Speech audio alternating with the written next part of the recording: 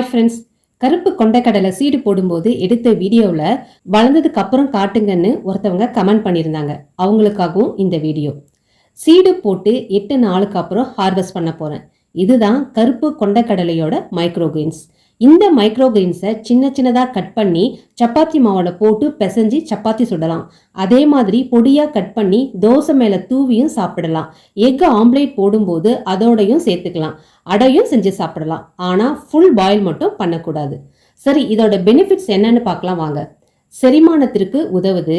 அதிகபட்ச சர்க்கரை உள்ளவர்களுக்கு கருப்பு கொண்டைக்கடலை மைக்ரோகிரீன்ஸ் ஒரு நல்ல சாய்ஸ். வெயிட் லாஸ் பண்றதுக்கும் இது சப்போர்ட் பண்ணுது. இதய நோயின் அபாயத்தை குறைக்கிறது.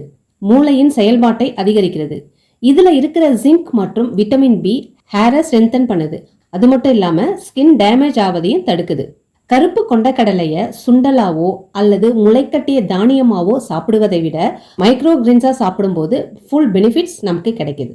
ஆரோக்கியமான உணவுகளை உண்போம், ஆரோக்கியத்தோடு வாழ்வோம். Stay healthy.